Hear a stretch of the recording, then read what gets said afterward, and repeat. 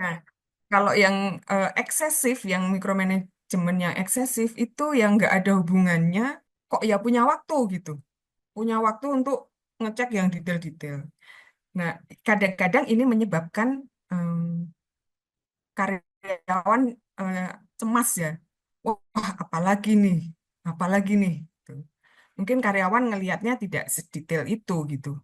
Tuh, itu yang mikromanajemen yang sangat eksesif. Oke, baik. Nah, eh,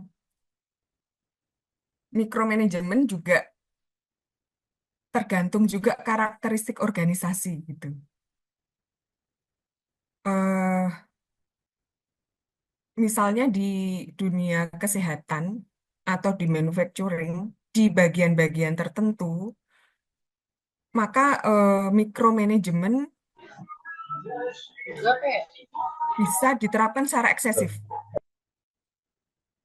Contoh misalnya di bagian purchasing juga mikromanajemen bisa dilakukan secara eksesif. Mengapa? Karena untuk menghindari resiko. Purchasing itu kadang harga, ya harga itu pengaruh penting.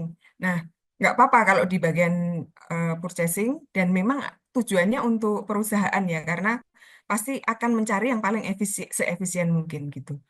Nah, berbeda kalau di startup yang orang-orangnya dibutuhkan kreatif. Kalau sangat eh, mikro manajemennya eksesif, mati semua, nggak bisa beride karena apa-apa salah, gitu ya. Apa-apa harus report, apa-apa harus bener. Eh, Bentuk lingkaran gitu misalnya kalau yang di dunia kreatif misalnya bikin grafis lingkaran itu harus seperti apa. Nah, itu kalau terlalu diintervensi juga orang akan jengkel gitu. Bahkan di kantor-kantor juga di misalnya di bagian administrasi itu juga kadang ada manajer yang sangat mengatur bahkan eh, format Excel itu juga diatur. Itu kalau yang mikro manajemennya eksesif ya.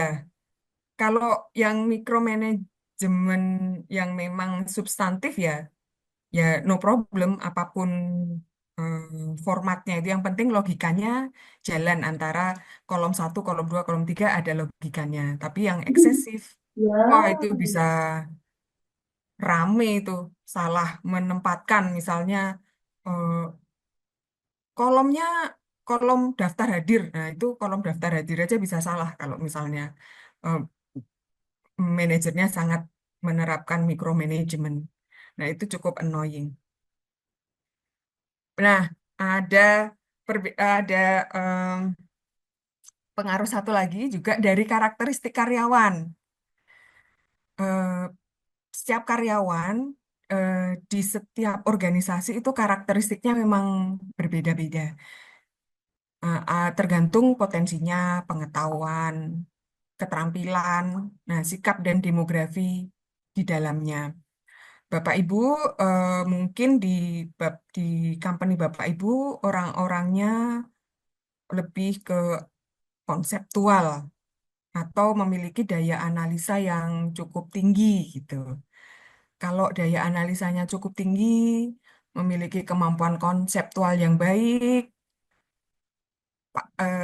pasti akan berbeda gayanya ketika tim di Bapak Ibu atau di tempat kerja Bapak Ibu banyak atau sebagian besar adalah pelaksana, ya, yang bekerja berdasarkan perintah yang operasional konkret.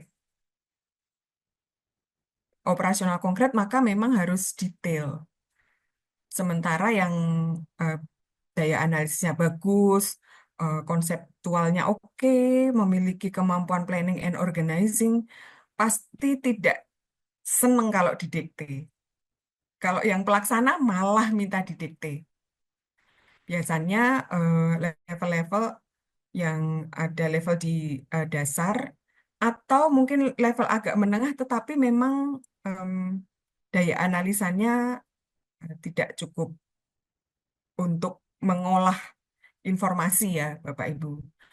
Nah, eh, seorang manajer juga harus memilah tersebut, walaupun misalnya di dalam bagiannya ada dua tipe karyawan seperti ini, nggak bisa karena misal sebagian besar banyak pelaksana gitu ya, banyak pelaksananya.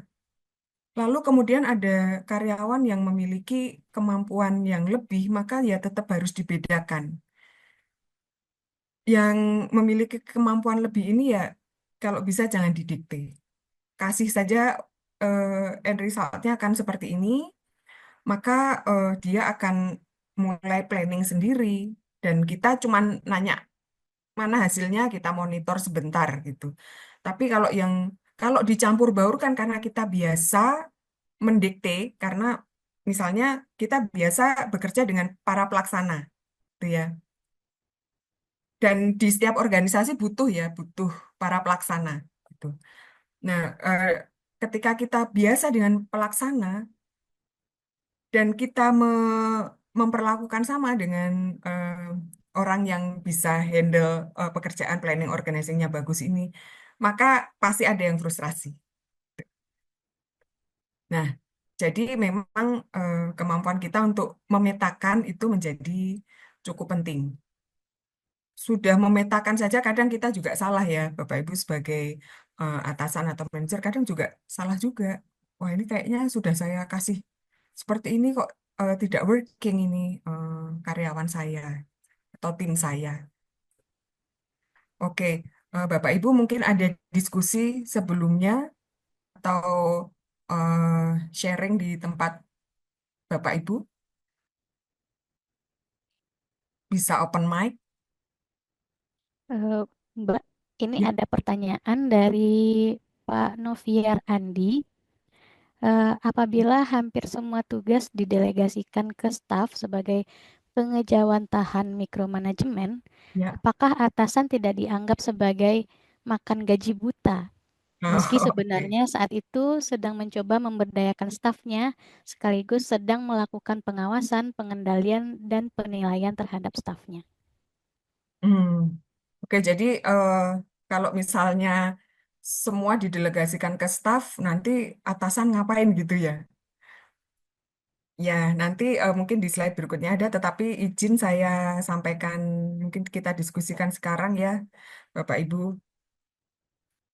Nah, memang ada kecenderungan kalau kita tidak bekerja, sibuk ke sana kemari itu kan kita juga punya atasan misalnya.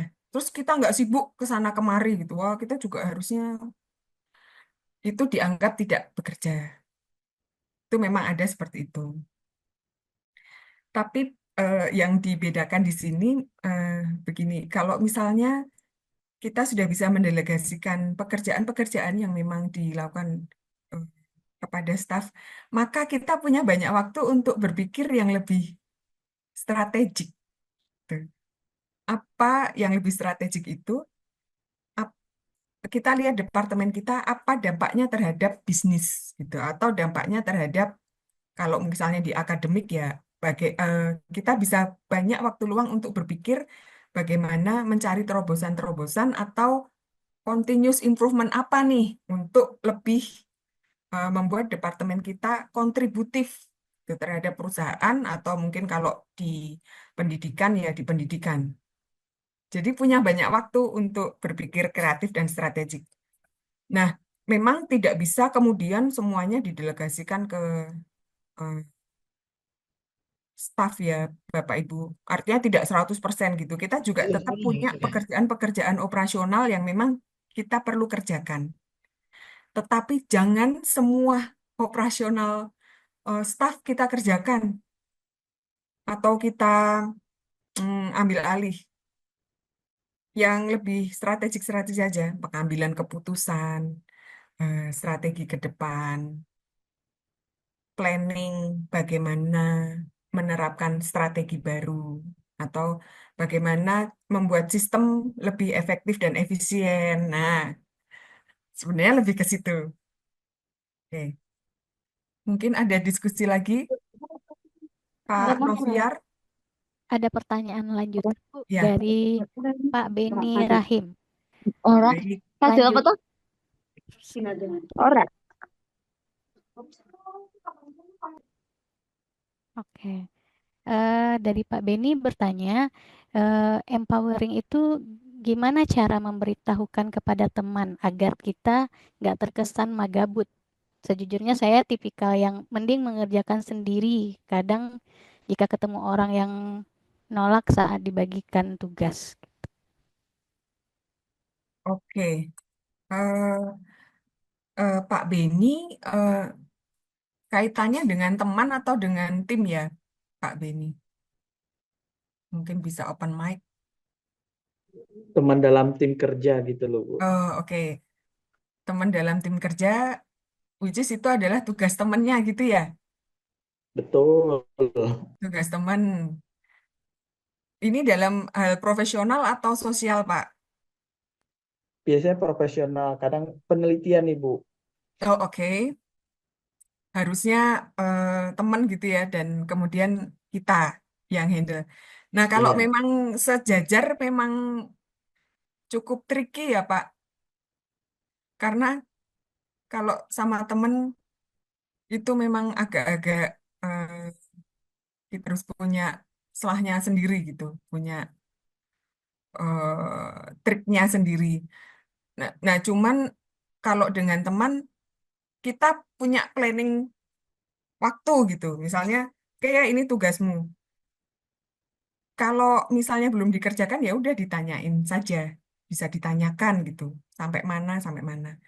Tapi kalau misalnya sudah urgent dan eh, mau nggak mau gitu ya, kalau ini nggak bergerak, ya P3K-nya memang kita kerjakan sendiri. Tapi kalau misalnya mau lebih ideal, ya memang harus didiskusikan bareng.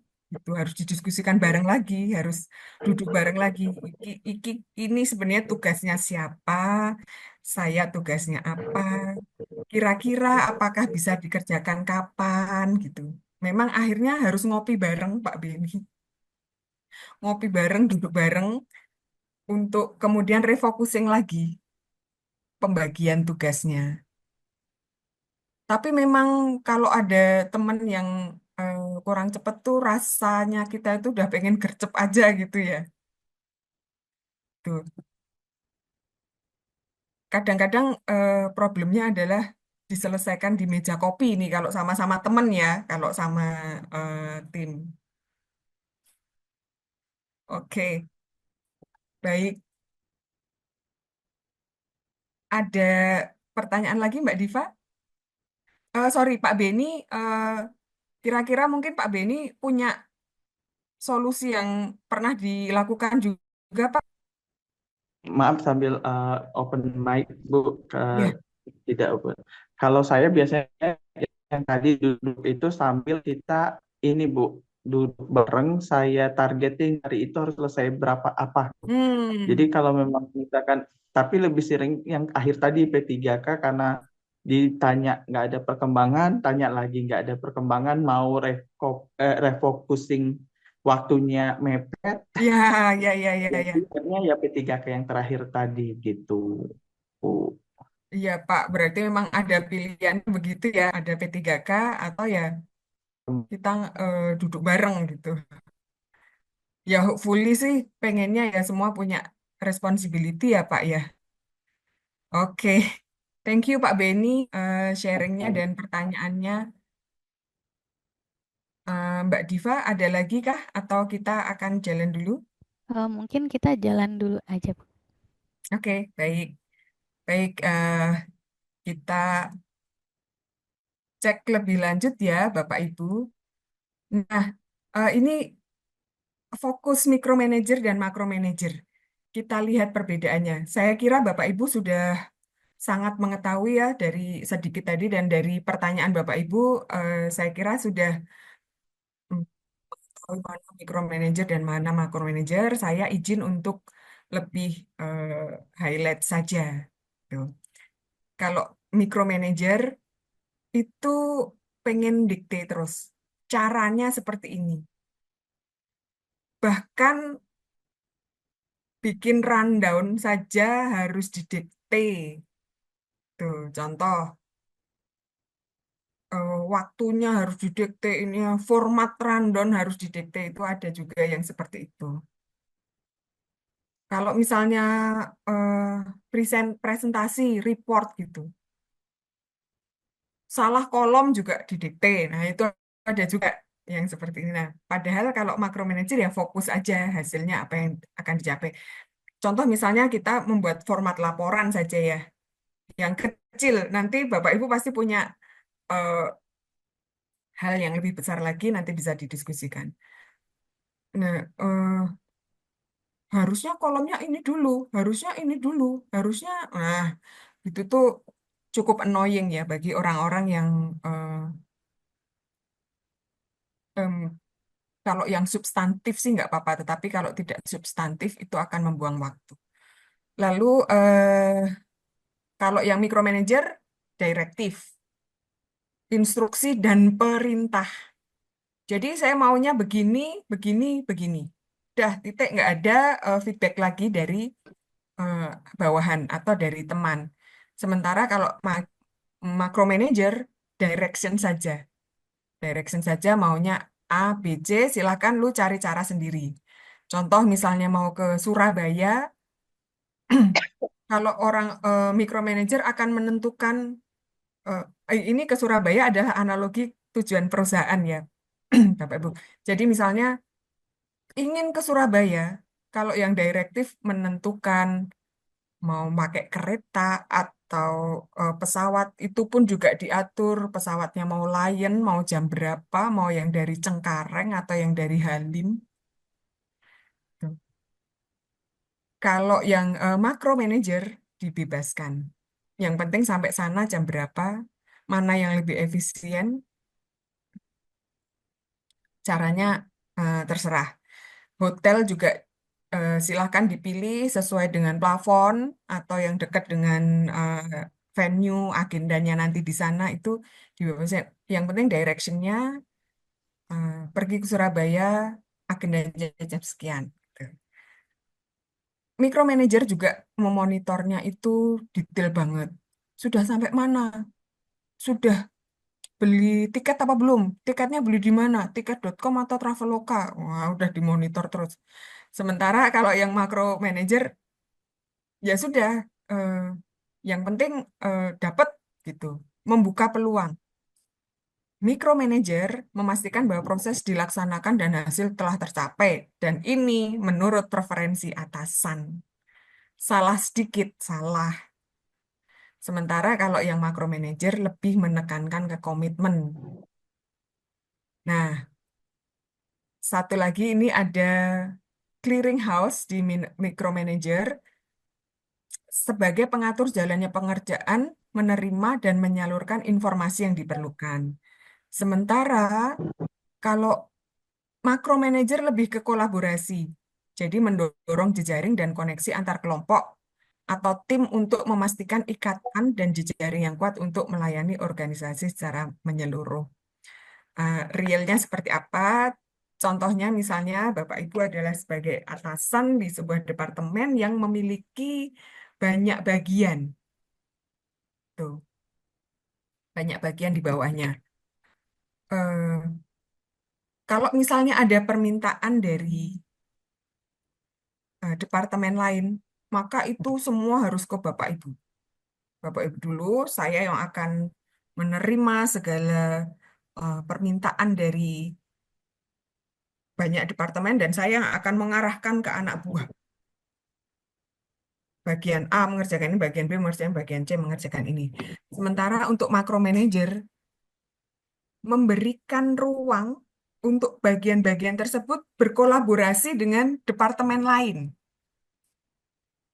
Jadi bagian itu biasanya kalau di perusahaan sudah tahu ya, misalnya contoh di bagian eh, quality assurance gitu. Quality assurance itu ada bagian yang memastikan produk atau sistem.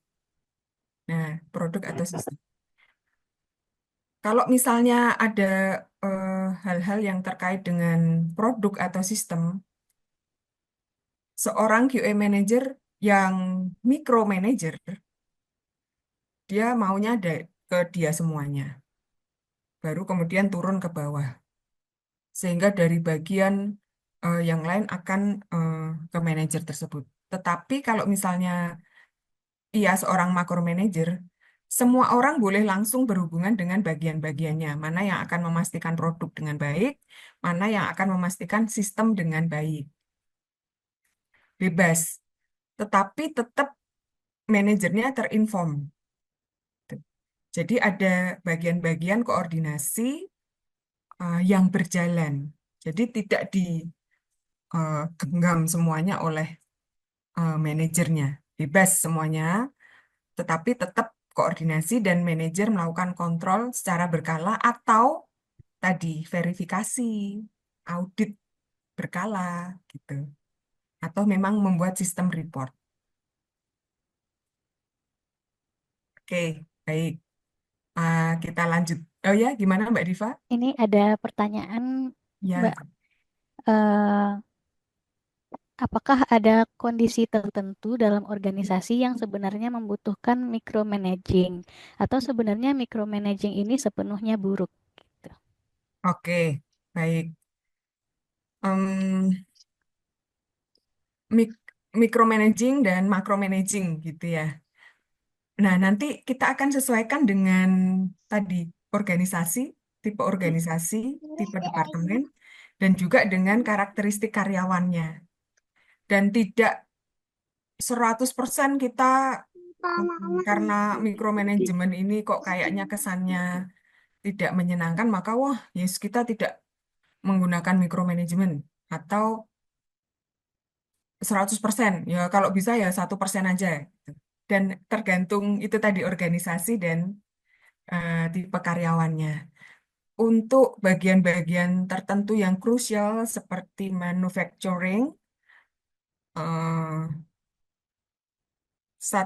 kesehatan, itu yang memang harus pasti, itu pengawasan melekat menjadi penting.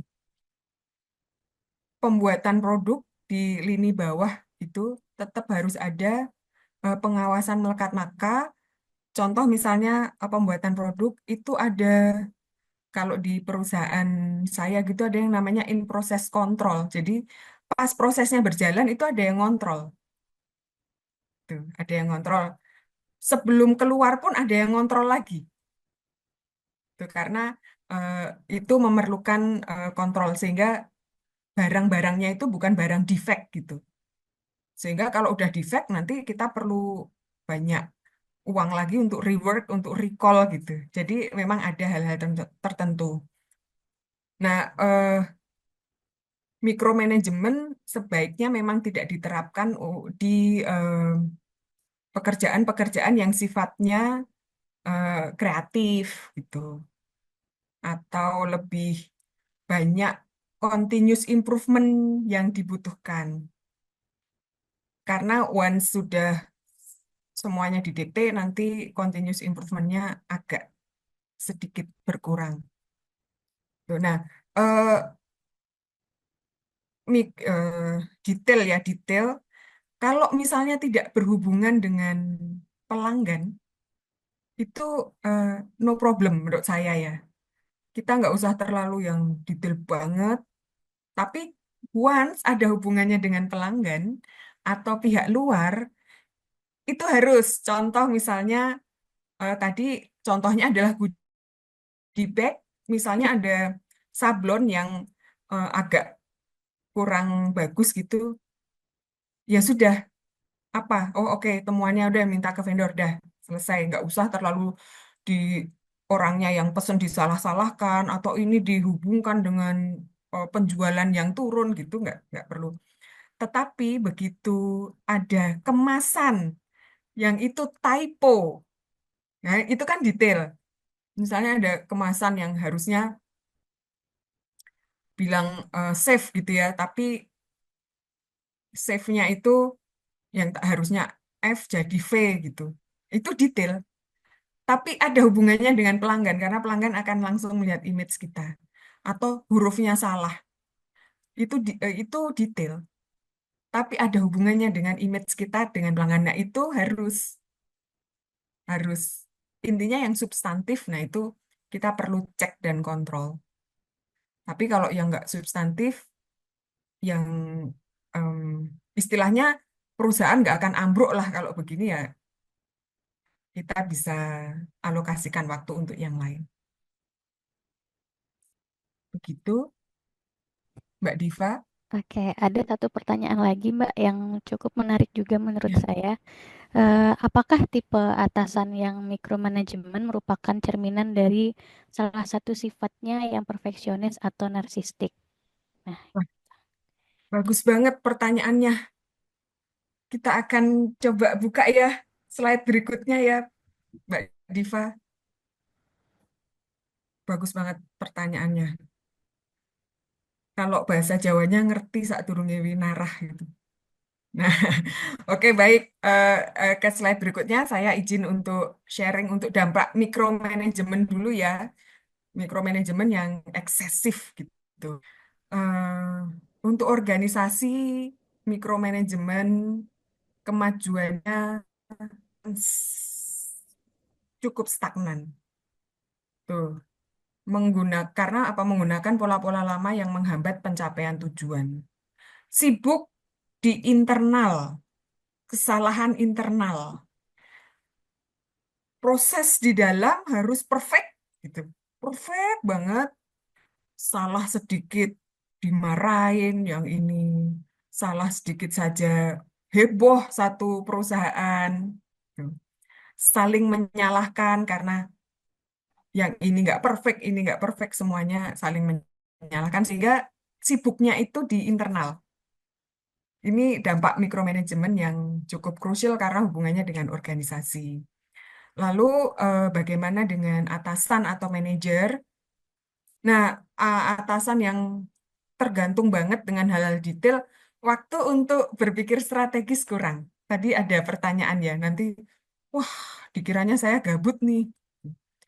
Dikiranya saya gabut, jadi saya juga harus dong turun. Nggak apa-apa turun lapangan itu penting. Atau contoh misalnya bagian sales, riset market penting gitu, langsung turun. Tapi tetap ada yang menjadi eh, pekerjaan atau yang didelegasikan ke karyawan. Nah, itu perlu pemetaan tuh, mana yang didelegasikan, mana yang enggak gitu. Nah, untuk karyawan, kemampuan problem solving-nya dan inovasi tidak berkembang dengan baik karena tergantung dengan kita. Jadi dia akan disuapin terus gitu. Ada atasan juga yang nggak seneng nyuapin juga ada. Lelah kalau kalau nyuapin terus itu juga lelah. Karena kita juga mikir. Tapi biar dikira kerja, mari kita suapin gitu kan kadang-kadang gitu. Biar ini adalah kontribusi saya sebagai atasan. Oh, karyawan itu kalau nggak saya kasih tahu ya mereka kerjanya nggak akan bagus. Nah, ini ada hal-hal juga seperti itu. Nah, karyawan juga kepuasan kerja tidak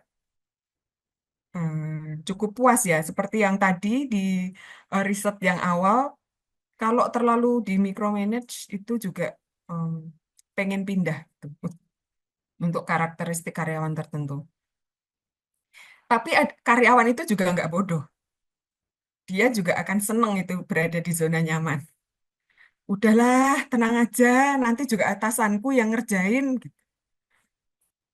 Udah, tenang aja. Yang penting kita noted, Pak. Baik, Pak. Gitu aja.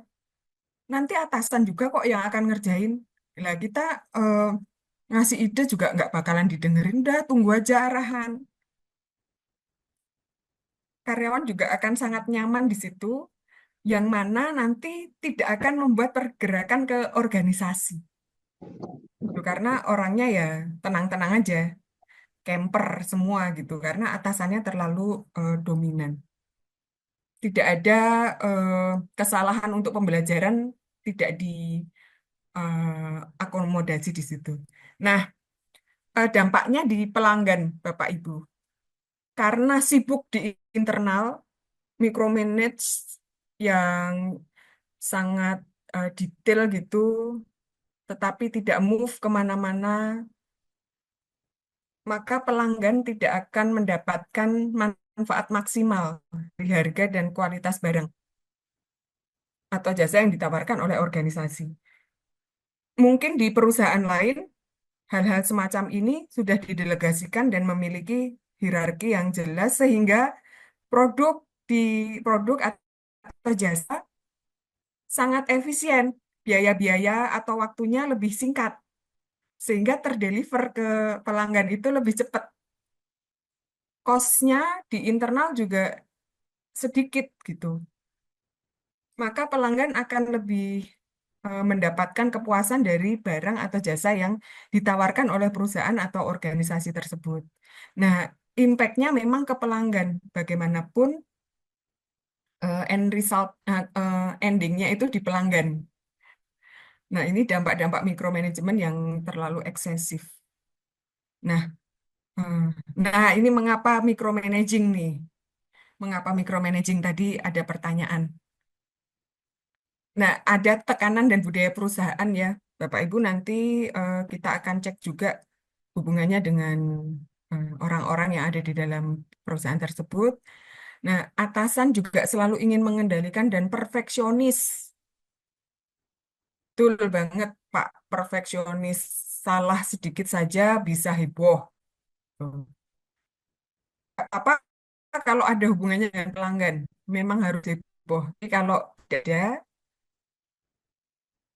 maka akan buat dan kadang-kadang ini hubungannya juga dengan ego atasan atau ego sektoral gitu. Wah ini kalau nggak begini karena bukan saya, ini nggak perfect nih. Ini karena saya gitu. Nah, udah seperti itu maka kolaborasi menjadi kurang ya. Biasanya kalau kolaborasinya kurang, menonjolkan ego pribadi, nah itu sudah mulai wah ini kontribusi saya. Ada juga yang overclaim, yang ngerjain siapa diklaim saya gitu. Padahal dia cuma ngomongin detail yang mungkin tidak perlu gitu. Nah, it- kaitannya juga kurang percaya diri dan kurang percaya pada orang lain. Nah, sumber dari kurang percaya kepada orang lain itu sebenarnya kurang percaya diri sendiri. Sehingga dia tidak bisa mempercayakan ke orang lain karena dia tidak punya pengalaman percaya kepada diri sendiri. Mungkin, oh ya, saya percaya sama anak buah saya, tapi ini misalnya ballpoint gitu ya, atau pekerjaan dikasihin, tapi dipegangin tetap. Nah, ini gimana karyawannya mau nulis gitu kalau tetap dipegangin? Mau menulis dengan indah itu seperti apa? Oh, dipegangin juga sama atasannya. Ah, nah, karena merasa tidak aman dan takut gagal, maka semua harus ada dalam kendali. Tidak boleh salah sedikit pun. Nah, mengapa hal itu terjadi juga kadang role model sebelumnya. Saya dulu, manajer saya melakukan micromanage dan hasilnya seperti saya. Sukses. Sukses nih saya. Karena dengan pengalaman sebelumnya pun juga seperti ini. Sehingga pekerjaan aman, sukses gitu. Ada juga yang seperti itu Bapak Ibu.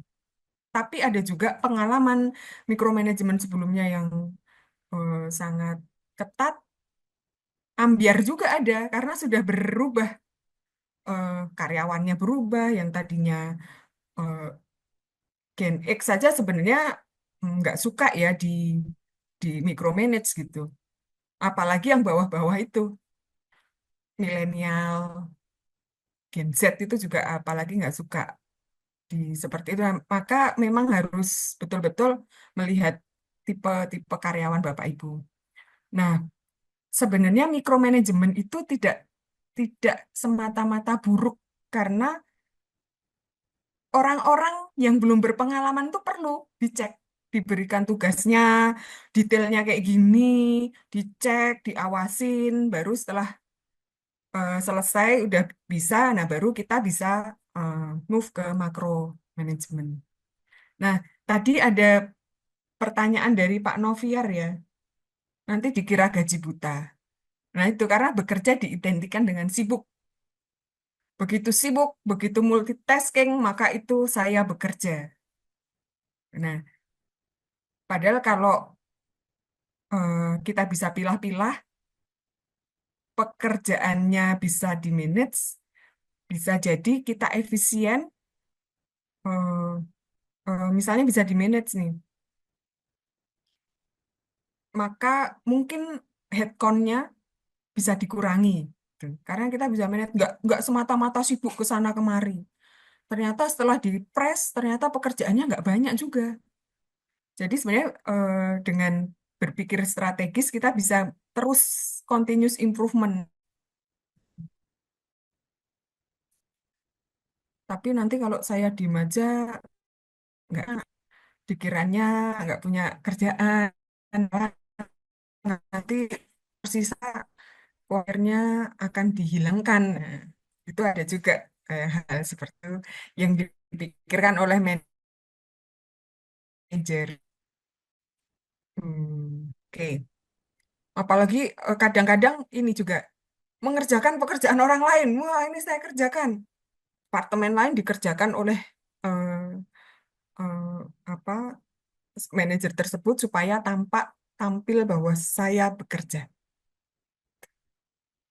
Oke, Mbak Diva ada pertanyaan? Ini, ini pertanyaannya cukup nyambung dengan yang Mbak Dewi sampaikan barusan. Itu kalau ketemu ketua tim yang melakukan micromanagement saat sudah bikin sesuai permintaan, tapi ujung-ujungnya tetap pakai yang dia buat sendiri. Itu bagaimana, Mbak? Ujung-ujungnya dipakai buat dia sendiri gitu ya. Ini kok saya jadi kayak jelek juga ya. Itu saya sering juga melakukan hal seperti itu. Ternyata lebih ke preferensi atasan gitu. Ya, memang ini kita sama-sama belajar ya. Pasti mix up deh antara micromanagement sama tidak itu mix up ya. Saya saya sendiri juga mengakui banyak melakukan micromanagement gitu dan sedang belajar untuk mendelegasikan. Gimana kalau malah pakai punya atasan sendiri gitu ya atau ketua tim sendiri gitu?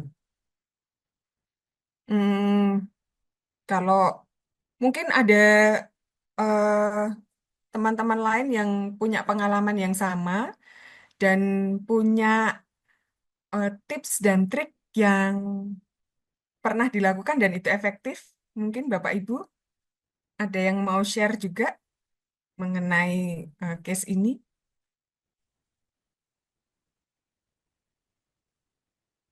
Ada yang akan share bagaimana tips yang efektif?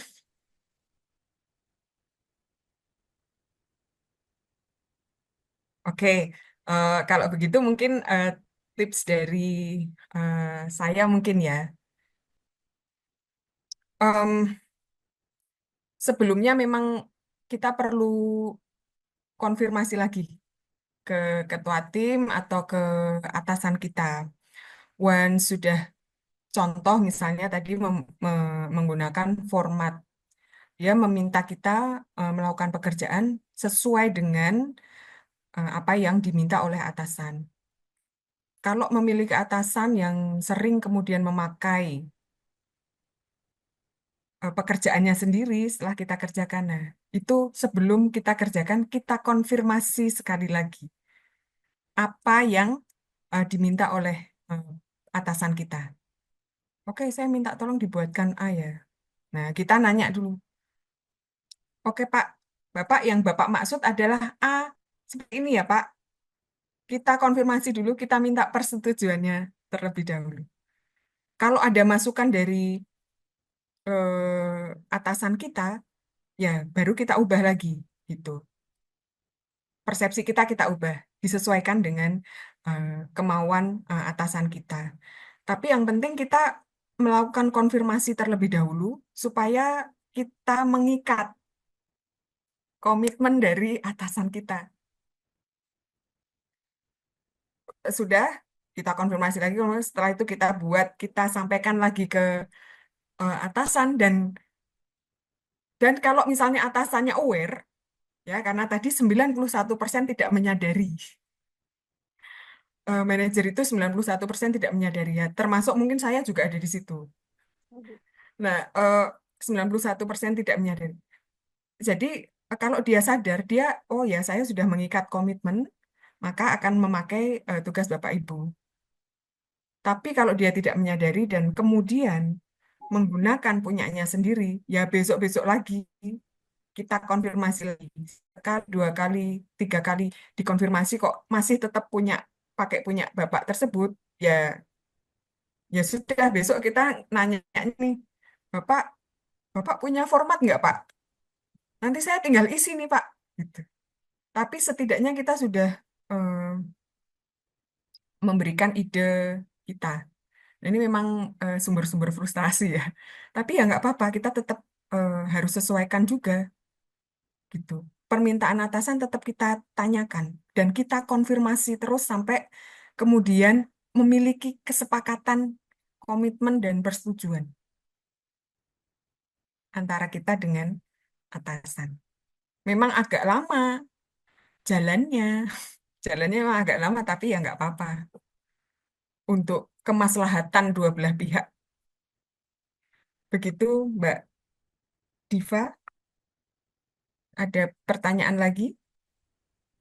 Atau Mungkin mungkin ada, juga ya mungkin jawabannya ada yang eh, Bapak Ibu yang bertanya mungkin ya sudah cukup dengan jawaban tadi tadi ya. juga ada pertanyaan apakah micromanagement itu sifatnya kondisional atau bersifat menetap tergantung karakter individu atasan dan gaya kepemimpinannya. Hmm.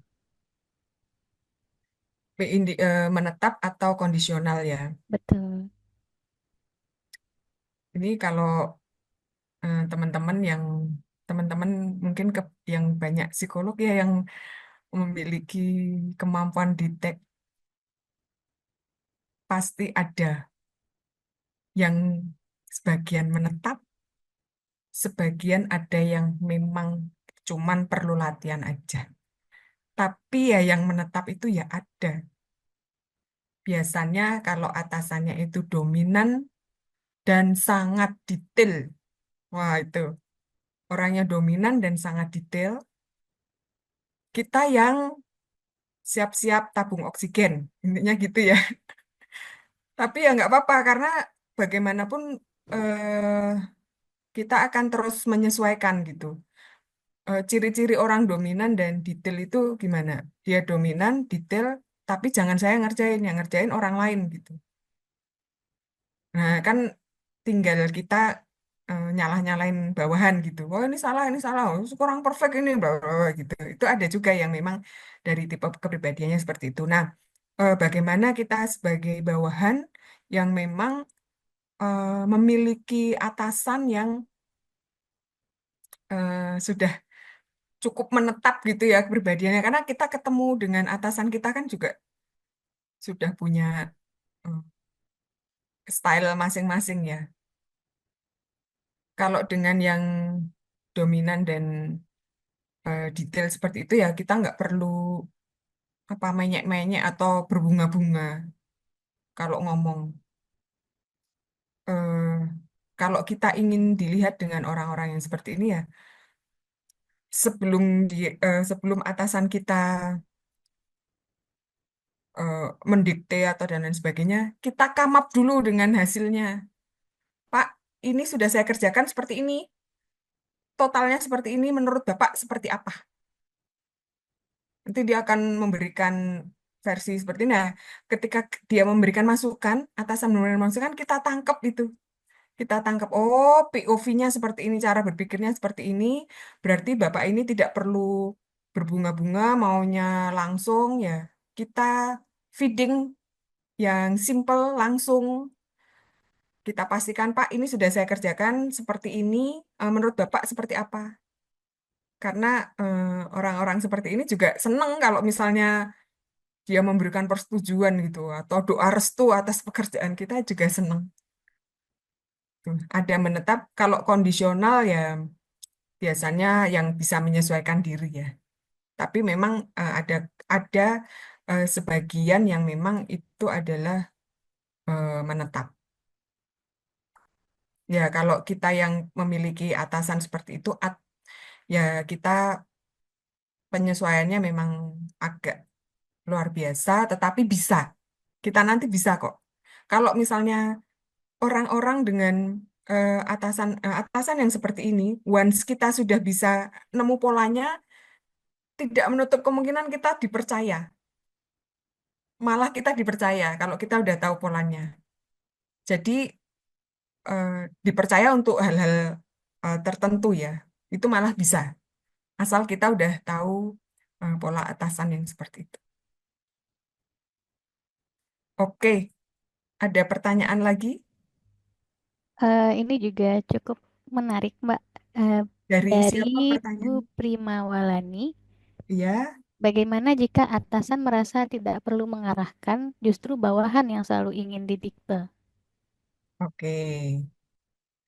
Oke, baik. Menarik juga Mbak Prima ya. Jadi tadi memang ada tipe-tipe karyawan yang operasional konkret itu. Karena tidak semua orang itu memiliki kecenderungan berpikir yang konseptual gitu, tidak semuanya seperti itu. Kalau misalnya memang selalu ingin didikte, kita ada dua nih. Pengen didikte itu karena memang kemampuannya perlu kita dikte, karena ada yang memang pelaksana, atau yang didikte karena males, karena dia nggak mau mikir. Padahal sebenarnya dia mampu. Nah, kalau yang sebenarnya mampu, ya berarti kalau memang dia sebenarnya mampu berpikir tapi nggak mau mikir, nah kita yang memang harus banyak menstimulasi atau memberikan tugas dengan pertanyaan-pertanyaan, sehingga pemikirannya dia akan apa muncul. Tapi kalau memang tipe pelaksana yang sendiko dawuh, ya memang kita harus ngasih instruksi saja.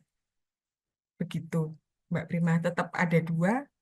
Kalau misalnya sebenarnya dia mampu berpikir, ya kita perlu stimulasi, kita eh, perlu bertanya.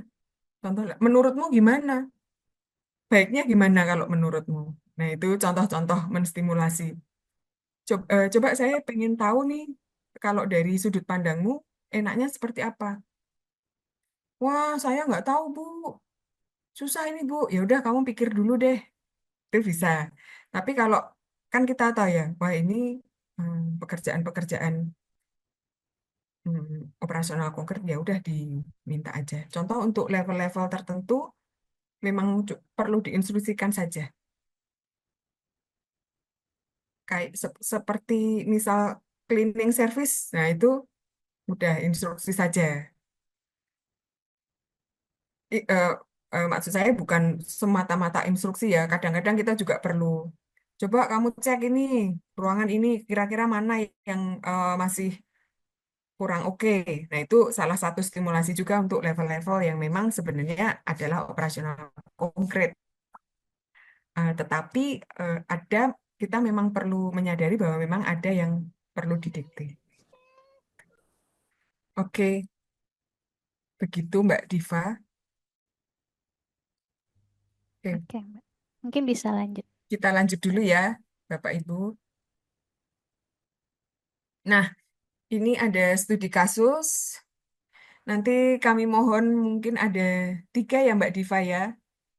2 atau 3 dari Bapak Ibu nanti yang akan sharing dengan kasus seperti ini. Ya, mungkin saya bacakan terlebih dahulu. Ini ada perusahaan namanya Kibar Benderang, adalah perusahaan peralatan rumah tangga modern di Indonesia yang memiliki afiliasi dengan perusahaan di Singapura. Kinerja penjualan tahun 2024 dirasa kurang memuaskan karena dari total target yang diharapkan hanya tercapai 81%. Hal ini dikarenakan banyak kompetitor peralatan rumah tangga modern yang memasarkan produknya secara agresif melalui sosial media. Nah, Kibar Benderang memiliki divisi kreatif yang bertanggung jawab untuk menghasilkan ide-ide baru untuk mendukung pemasaran produk, branding, dan komunikasi perusahaan. Baru-baru ini, perusahaan memutuskan untuk menambah karyawan di bidang kreatif yang akan masuk minggu depan. Latar belakang pendidikan karyawan baru tersebut adalah S1 sebuah perusahaan, sebuah universitas ternama yang baru lulus 2 tahun yang lalu. Menurut HR, karyawan baru ini memiliki daya analisa yang baik.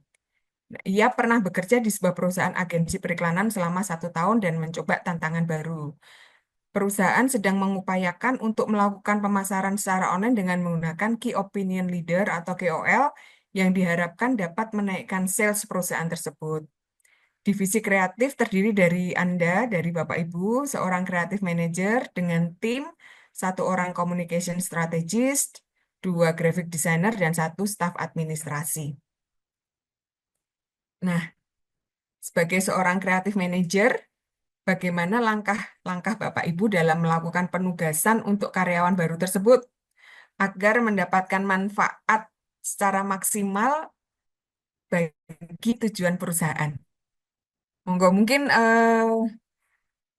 3 menit ya Bapak Ibu, 3 menit. Monggo nanti yang akan sharing, karena di awal pertama tadi pasti Bapak Ibu punya pengalaman yang banyak, kita sharing saling memperkaya satu sama lain.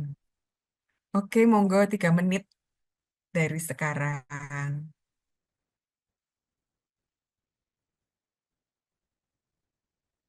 Mungkin ada Bapak Ibu yang akan sharing. Silakan Mbak Diva, mungkin bisa di moderasi. Oh iya. Bapak Ibu Ya, mungkin atau 3 orang. sudah ada yang bisa membagikan hasil brainstormingnya. Mungkin ada yang akan sharing. Saya malu Mbak. Ini ada Ada Pak ahlinya. Kabul, ya. Ada ahlinya. Silakan Pak Kabul. Mas Kabul, silakan. Ini kita dengarkan dari salah satu praktisi handal. Praktisi ngawur ini Dewi. Ya, Sorry, mata saya kesulitan membaca all the details, tetapi kalau saya tadi dengarkan ulasannya Dewi, ini karyawan baru 2 tahun, nampaknya dia pintar dan punya pengalaman sebelumnya. oke. Nah, kalau saya memposisikan sebagai team leader, apakah saya mau menggunakan makro atau mikro? Mungkin knowing background-nya dia, saya nggak mau terlalu detail. Jadi, saya kasih big picture-nya dulu. Tetapi karena pun dia tetap karyawan baru, jadi tetap ada monitoring progresnya gitu loh. Gimana kalau Hmm, begitu, Mbak? Oke, monitoring progresnya seperti apa ya, Mas Kabul ya? Wah, ini udah Uh, oke Project banget nih. management jalan ya, jadi project manajemennya jalan. Uh, Minggu pertama deliverables-nya sudah harusnya seperti ini, jadi kita cek status dan sebagainya. Uh, Mm-mm. Kecuali ini very critical project, jadi mau nggak mau harus detail ya ngeceknya ya. Hmm, Kayaknya begitu dari pengalaman saya, Kakak Dewi. Oke, baik. Mas Kabul, thank you untuk sharingnya ya. Berarti tetap harus ada monitoring progress, tetapi detailnya lebih banyak big picture-nya yang diinfokan ke karyawan baru ini ya. Nah, Betul, betul oke, kalau lihat profilnya sih. baik, baik. Thank you, Mas Kabul. Mungkin Bapak Ibu yang lain akan sharing. Ini di kolom chat ada dari Bu Firiskiana Wiraswesti. Dari beliau menyampaikan kalau akan ditanyakan kepada karyawan baru tentang terobosan apa yang pernah dilakukan di perusahaan lama dan bagaimana hasilnya di perusahaan lama, lalu kemudian diminta untuk menganalisis strategi pemasaran perusahaan kompetitor di sosial media dan mencari celah penyempurnaan disesuaikan dengan kondisi perusahaan tempatnya bekerja saat ini. Mungkin dari Mbak V Rizkiananya berkenan untuk open mic untuk sharing mungkin. Monggo silahkan yang akan open mic. Tadi Mbak panggilannya yang singkat Mbak Rizkiana. Firiskiana. Mbak Firiskiana, oh, namanya cukup panjang ya Mbak Firiskiana. Berarti anak ini harus anak baru, karyawan baru harus presentasi ya, terobosannya apa gitu dan proyeknya apa yang sudah dilakukan gitu di perusahaan sebelumnya yang berhasil gitu. Tuh. Oke, good. Baik. Thank you Mbak Firiskiana. Mungkin Ada ada lagi satu lagi, ada ya lagi. dari Pak Pulung untuk communication Siapa? Pak Sorry, Pulung Pak Pulung, ya Pak. ya. Untuk communication strategist dan graphic designer pendekatannya dengan macro manager dan untuk staff admin pendekatannya micro managing. Oke. Untuk anak barunya gimana Pak Pulung? Mungkin bisa open mic. Ya, ya.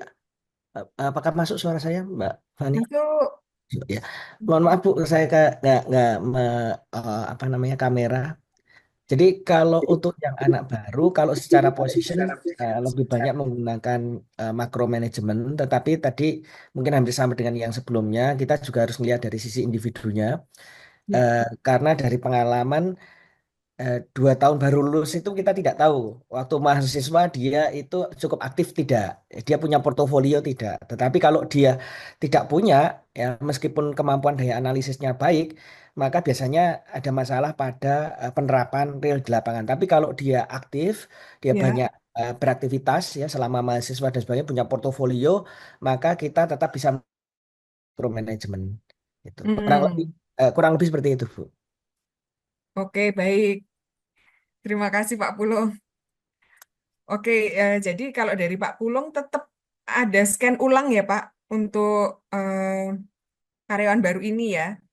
Iya Ibu, karena kan statusnya kan ini pekerjaan anu apa namanya, ya tadi berkaitan juga dengan pelanggan. Jadi Ya. mau nggak mau portofolio itu lebih utama daripada apa ijazah atau apapun ya. Kalau untuk terkait Oke, dengan kreatif dan sebagainya. oke, baik. Pak Pulung, thank you untuk sharingnya ya. Sama-sama Ibu. Baik. Eh, ada lagi Mbak Diva? Ada lagi Mbak, Oke. ini dari Bu Vivi.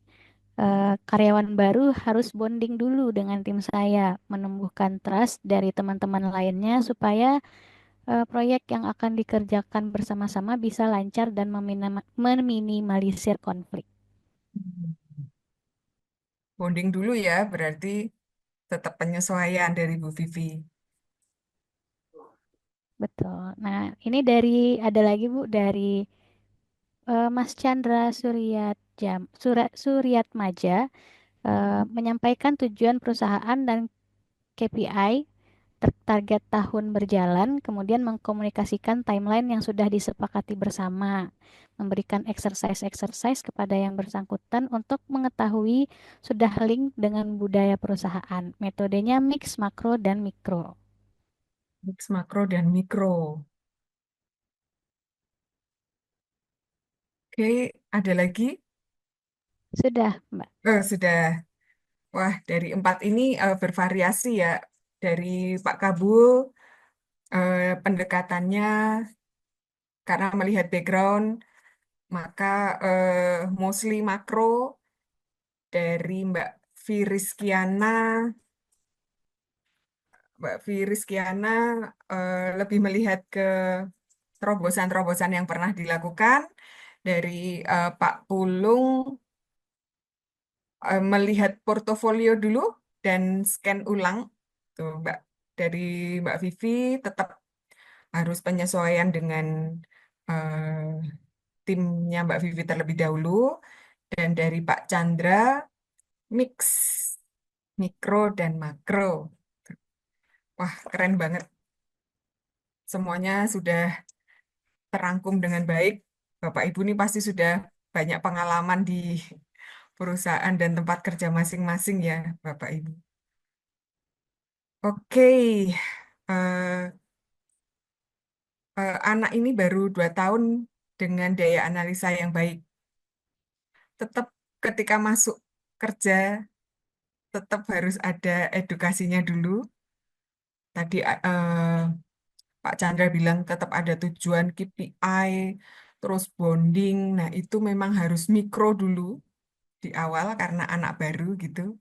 Di-scan dulu tadi Pak Pulung. Nah, setelah itu memang kemudian diminta untuk mau ngapain ini? Dikasih project. Pasti akan dilihat projectnya.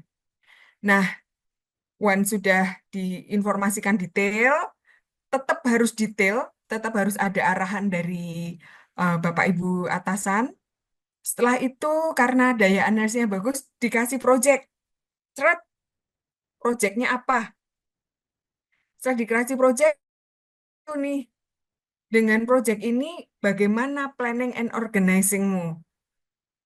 Kalau misalnya dia end result-nya udah ketahuan, lalu planningnya juga make sense, logik, maka tinggal kita dorong dan audit, verifikasi, kontrol sesekali.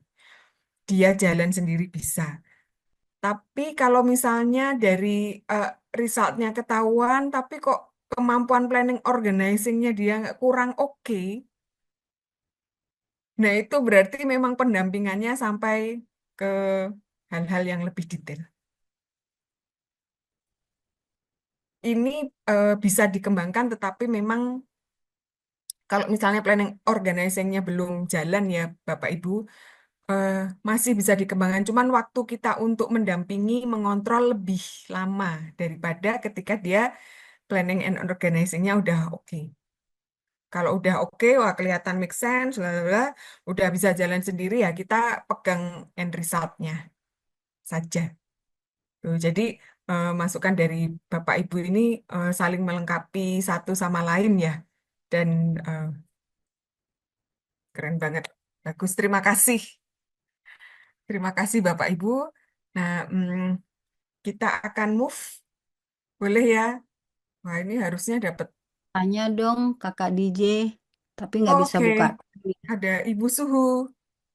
Ibu Peri, Ibu Peri. Tanya, Mbak Reni aku ya. mau nanya, ini kan dia orang baru ya, yang sebelumnya sudah ada apa namanya di kreatif kreatif tim ini sudah ada communication strategist dan sebagainya. Ya, Perlu nggak sih di sini fokus yang lain pada kolaborasi tim supaya ada apa namanya ya, akselerasi pekerjaan yang sifatnya juga tim, bukan khusus hanya pada dia gitu.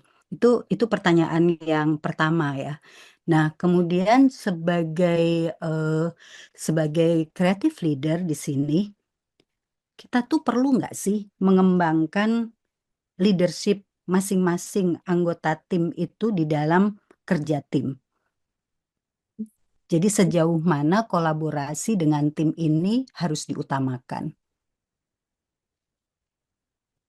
Iki pertanyaannya wong bodoh yang bukan dari Pio ya. baik. Terima kasih Mbak Reni.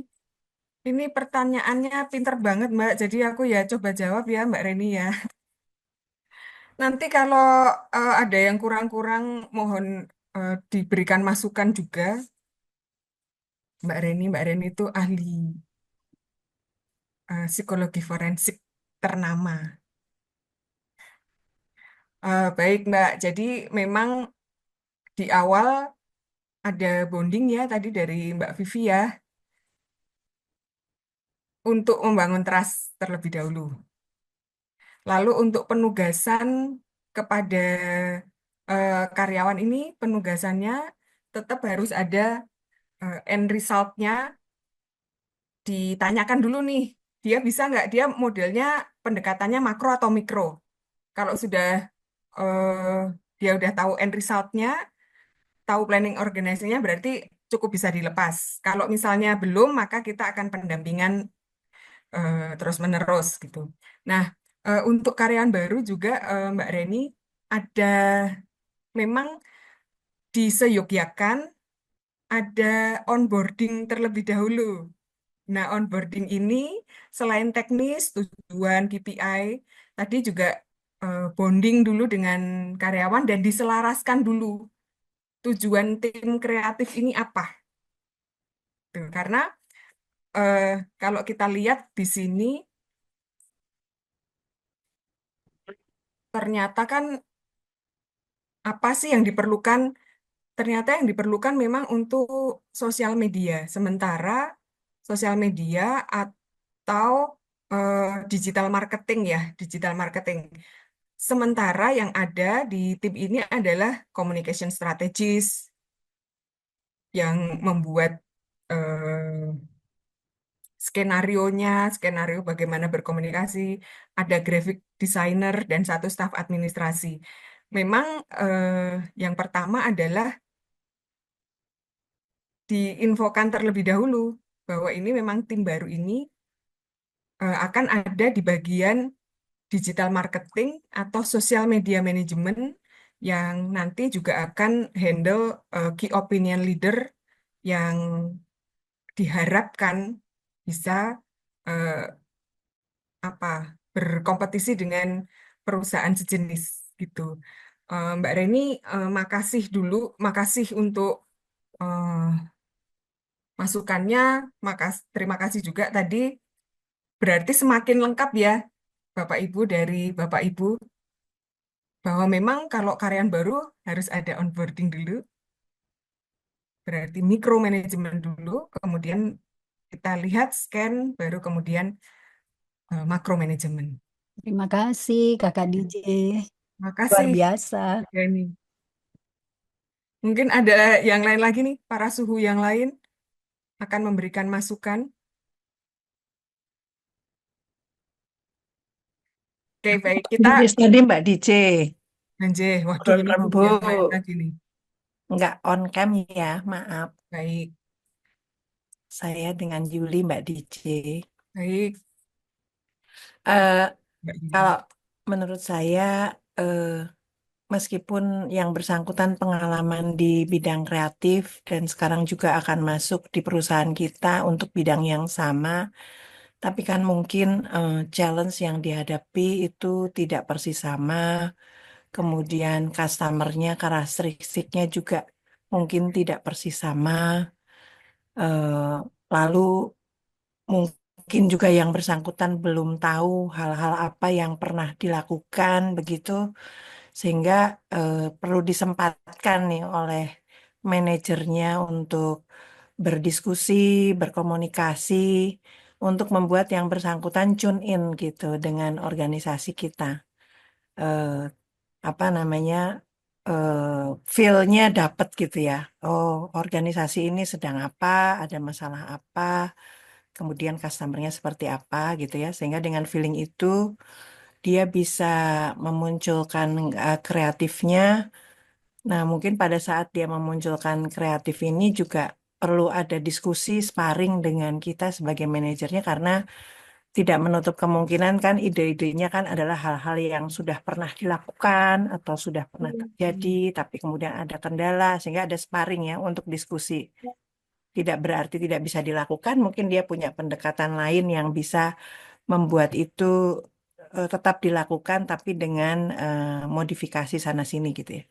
Nah, baru setelah itu eh, memungkinkan yang bersangkutan untuk punya planning yang lebih spesifik atau punya rencana yang lebih spesifik tepat gitu, dan untuk dilaksanakan dengan kita melakukan makro management. Nah, aku ngono, DJ mungkin ini sharing aja, melengkapi yang sudah ada. Sun, Baik, terima kasih Mbak Yuli. Sudah langsung approve ini kalau Mbak Yuli yang bikin planningnya. Oke, jadi Bapak Ibu tadi sudah mendapatkan gambaran juga dari eh, Mbak Reni, Mbak Yuli, gitu ya. Berarti memang untuk karyawan-karyawan baru perlu onboarding dulu, perlu tune in dulu perlu mengetahui internal perusahaan yang mungkin berbeda dengan yang lain ya. Ini saya sarikan dari Bapak Ibu semuanya. Nah, setelah itu baru kemudian cek betul-betul pekerjaan anak ini, tugas anak ini. Baru kemudian apakah pendekatannya makro, makro langsung makro, atau mikro dulu sebentar, baru kemudian makro. Nah, itu dilihat di scan anaknya terlebih dahulu. Ya, kebetulan tugas saya merangkum dari Bapak Ibu yang sudah berpengalaman di sini. Oke, begitu ya Bapak Ibu. Jadi, walaupun dia ini dari universitas ternama, sudah punya pengalaman, tapi tetap harus cek dulu. Once dia karyawan baru, tetap harus ada sesi onboarding, tune-in, atau eh, blending dulu, bonding dengan timnya supaya jadi satu. Karena ini juga departemen baru yang mengurusi key opinion leader yang dulunya belum ada. Oke, baik. Eh, kita akan move ke slide berikutnya. Mbak Diva, nanti kalau ada pertanyaan atau diskusi bisa langsung jump in ya. Siap, Mbak. Oke, baik.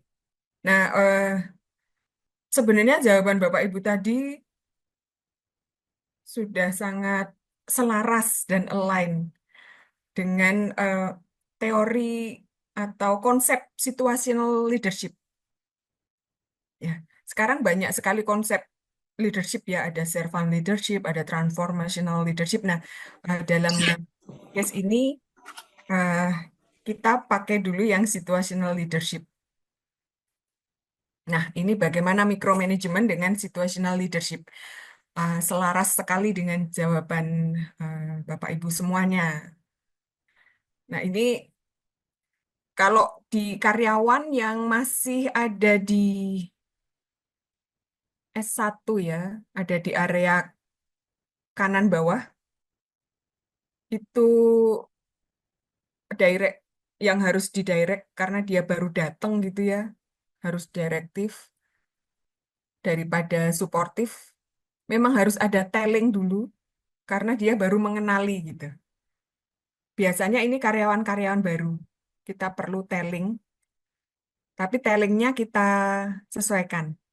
Kalau detailing sedikit sudah oke ya udah, tapi kalau eh, agak lama ya sudah tellingnya agak lama. Nah, ini tadi selaras dengan onboarding, lalu ada kolaborasi tim dulu, leadership supaya kerja timnya oke.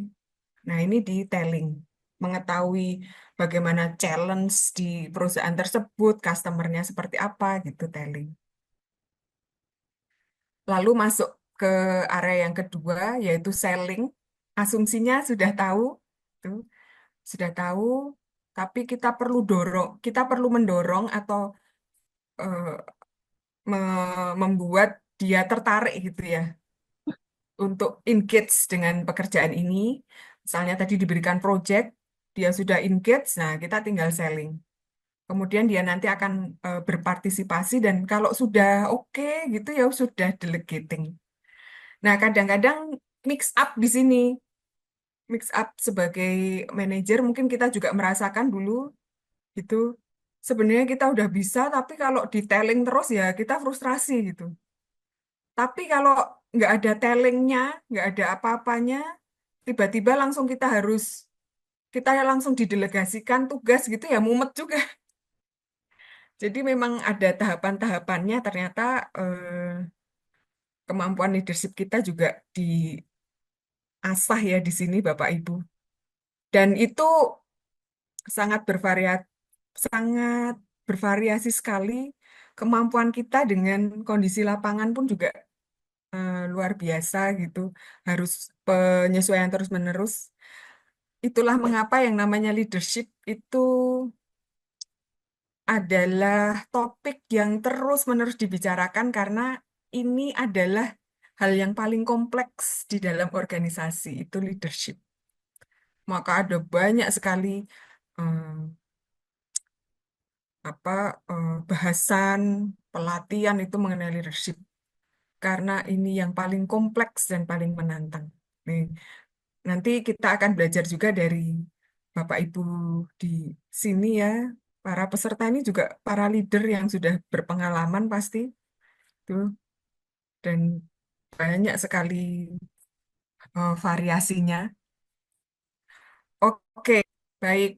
Jadi ini micromanagement collab dengan situational leadership. Sangat align juga katanya Pak Ken Blanchard bahwa dulu leader itu bos. Nah, sekarang bukan hanya posisi kekuasaan yang berdasarkan posisi. Sekarang tidak, karena banyak sekali generasi-generasi yang berbeda ya. Gara-gara kalau saya melihat sekarang, mungkin ini eh, pendapat pribadi. Sekarang itu banyak sekali generasinya dinamain macem-macem gitu lah. Kalau zaman saya dulu, ya cuman generasi senior sama junior gitu. Kalau sekarang generasi itu dicop-cop kecil-kecil gitu gara-gara ada sosial media itu. Sorry, ada smartphone, ada sosial media, macam-macam teknologi yang masuk gitu. Jadi kita terbelah-belah banget gitu. Nah, ini micromanagement collab dengan situational leadership sangat align. Bapak Ibu bisa menggunakan konsep ini. Ada juga nih micromanagement collab dengan generasi. Kita ketahui bersama. Nah, tadi kenapa kita melakukan micromanagement? Kadang-kadang itu karena role model sebelumnya. Mungkin role model sebelumnya adalah baby boomers, pemimpin yang gaya kerjanya atau orang-orang dengan gaya kerja hierarki, direktif, dan tradisional. Sehingga butuh pemimpin yang memang direktif gitu. Kemudian masuk ke Gen X. Gen X ini hmm, sebenarnya tidak sangat membutuhkan yang direktif ya. Tetapi bisa jadi karena role modelnya adalah direktif, maka Gen X ini juga ikut-ikutan direktif. Padahal padahal sebenarnya dia ini ada di masa transisi ya. Teknologi masuk secara masif itu internet tahun 98. Gen X ini mungkin sudah ada yang mulai masuk kerja. Dia kemudian sudah bisa menyesuaikan gayanya gitu, tapi tetap ada pengaruh dari baby boomers. Milenial lahir, Google sudah masuk ya, sorry, sorry. Waktu lahir, Google sudah ditemukan di tahun 98, sehingga memiliki banyak wawasan yang lebih luas dan lebih eh, mudah gitu ya. Jadi untuk gaya kerjanya pun lebih kolaboratif, transparan, dan terbuka. Dan dia punya eh, tendensi untuk teamwork, dan yang diperlukan adalah pemimpin yang empatik, fleksibel, dan mendukung lingkungan kerja yang positif. Jadi ini untuk milenial yang dengan eh, konseptual yang baik, daya analisis yang baik, direktif itu sudah tidak bisa diadopt gitu. Penerimaannya akan ya bisa, tetapi dia tidak in gitu. Sudah sangat jauh dari baby boomer ke milenial, pemimpin yang direktif akan jauh dari milenial. Nah, milenial itu sudah dikasih tugasnya aja, dia cari sendiri jauh lebih cepat. Mereka jauh lebih bisa menyelami teknologi dibandingkan dengan Gen X dan baby boomers. Walaupun Gen X juga banyak yang bisa ya, bisa teknologi, tetapi mereka jauh lebih cepat. Coba mencari website itu tiba-tiba udah A, B, C, D, E, udah tahu.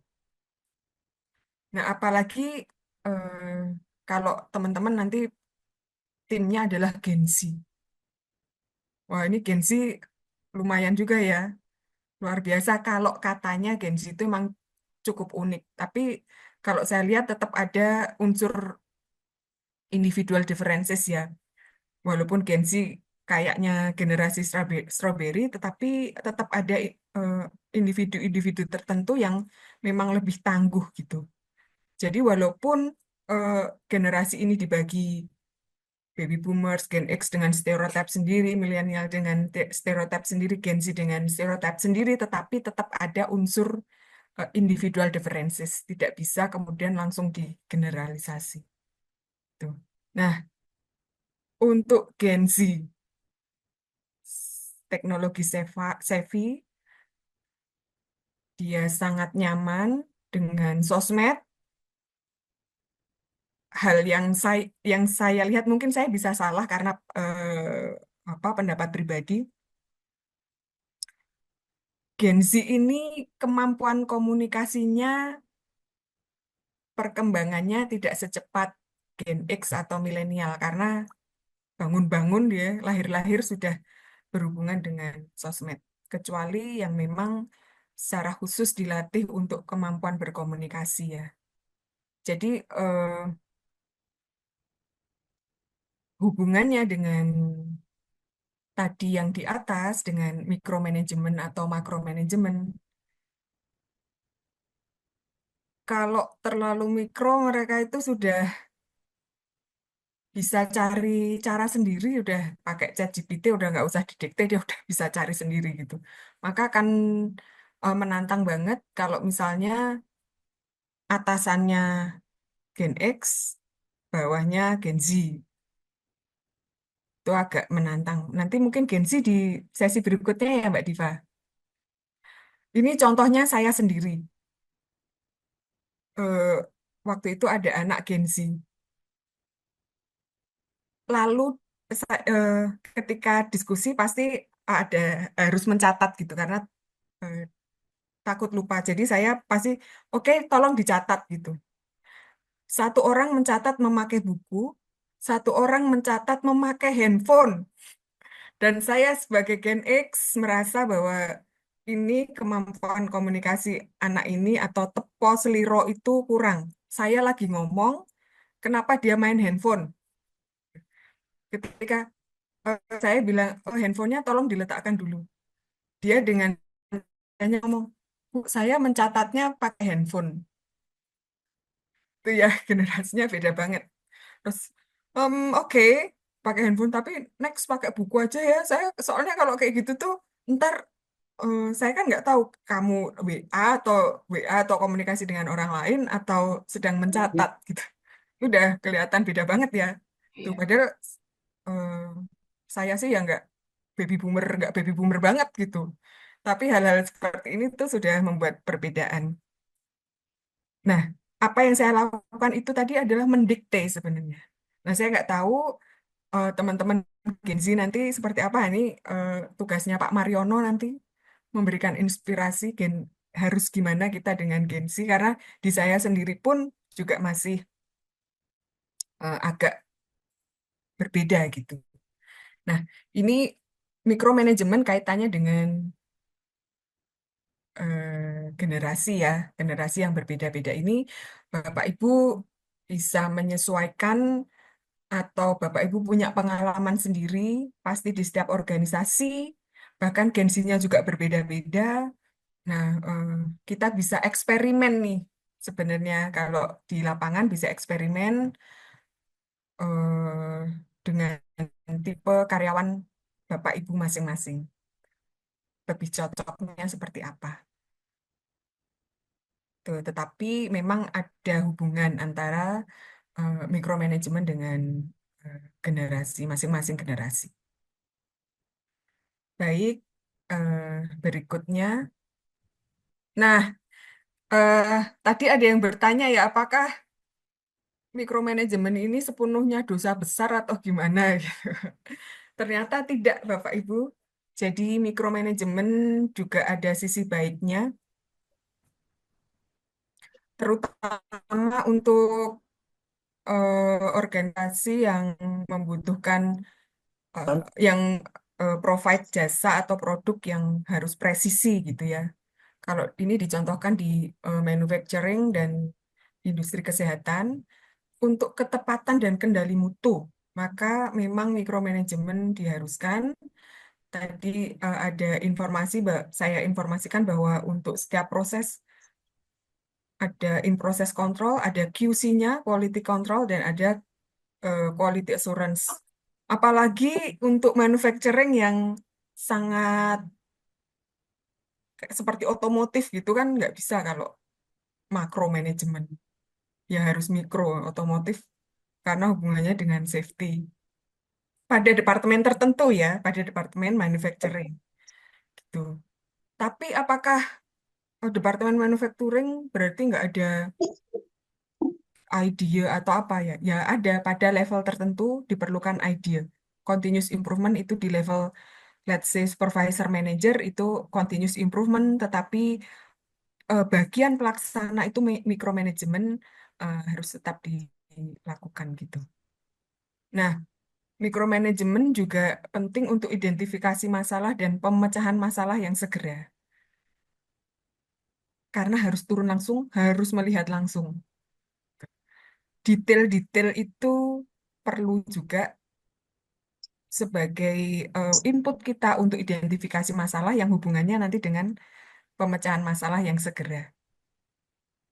Tuh, kemudian tadi sudah disampaikan juga dari hasil diskusi, Bapak Ibu juga eh, mengingatkan bahwa untuk karyawan baru itu tetap harus ada bonding, harus ada onboarding, harus ada pengetahuan mengenai customer, terus KPI-nya juga harus diinformasikan, maka micromanagement menjadi penting, apalagi apakah sesuai SOP atau tidak gitu menjadi penting. Ini untuk pembelajaran untuk karyawan yang belum berpengalaman atau kinerjanya di bawah standar. Tingkatkan keterampilan karyawan. Oke. Nah, berikutnya mitigasi resiko. Mitigasi resiko harus langsung detail. Yang em, tetap saja di dalam lingkaran bahwa ini mikromanajemen yang penting untuk tujuan perusahaan. Endingnya tetap tujuan perusahaan untuk kepentingan pelanggan, untuk kepentingan customer kita gitu. Mikromanajemen tetap penting. Tetapi kalau misalnya tidak cukup berdampak ya, kalau bisa sih waktunya mending untuk melakukan hal-hal yang lebih taktis strategik untuk tujuan perusahaan. Tuh, Ibu. Mungkin, nah ini ada beberapa, nanti mungkin bisa di-share ya Mbak Diva ya untuk PowerPoint-nya. Ada pertanyaan Mbak Diva sebelum ke micro managing hints? Saya izin reminder Mbak untuk waktunya itu 10 menit lagi untuk materinya. Baik. Bapak Ibu sebenarnya ini micromanaging nanti akan di-share. Mbak, ini Tapi ada ini pertanyaan dari Pak Pulung. Silahkan Pak, open mic. Ya, izin Mbak Diva, Bu Dewi. Eh, jadi kalau saya melihat sekilas pertama, micromanagement itu sebenarnya tidak ada kendala, jadi dia juga dibutuhkan. Hanya menjadi bermasalah ketika sebagai contoh pada konteks mitigasi risiko.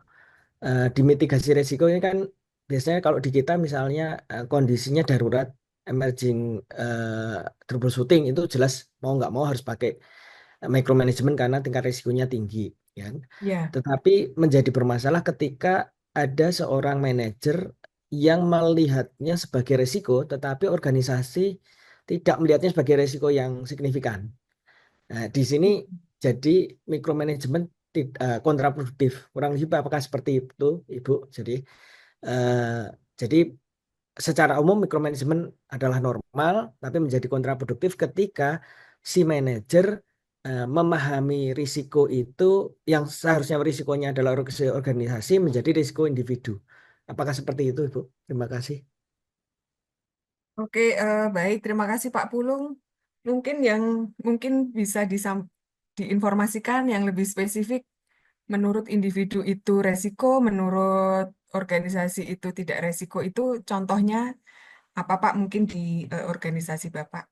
Ya, jadi misalnya bahwa menurut manajer ini, wah ini bisa merugikan inefisiensi pada proses bisnis di tempat kantor. Tetapi Hmm. kantor sendiri sebenarnya ketika terjadi resiko itu tidak rugi, tidak ada kerugian finansial. Tapi bagi dalam benak dia, ini dalam Hmm. jangka panjang entah atau menurut persepsi yang bersangkutan, ini merugikan. Jadi Hmm. ruginya itu di dalam persepsi dia. Hmm. Jadi atau misalnya gini, ada kan kan tadi kan konteksnya adalah trust ya. Ya. Tadi Bu Dewi sudah menyampaikan bahwa bisa jadi orang-orang yang minim trust, dia tidak percaya bahkan pada dirinya, itu kayak orang yang anxiety, kekhawatiran, itu menjadi apa namanya, melihat resiko itu menjadi lebih Hmm. sensitif gitu Bu. Nah, jadi baru bermasalahnya sebuah micromanagement ketika ada individu yang mistrust atau bermasalah dalam konteks melihat resiko. Hmm. Oke, baik. Berarti ini ada dua mungkin ya, Pak Pulung. Yang pertama adalah perbedaan persepsi perbedaan persepsi yang dipandang resiko antara manajer dengan manajemen gitu ya, Pak. Ya kurang lebih seperti Mungkin itu ya. Bu. Salah satunya Hmm. itu kemudian. Hmm.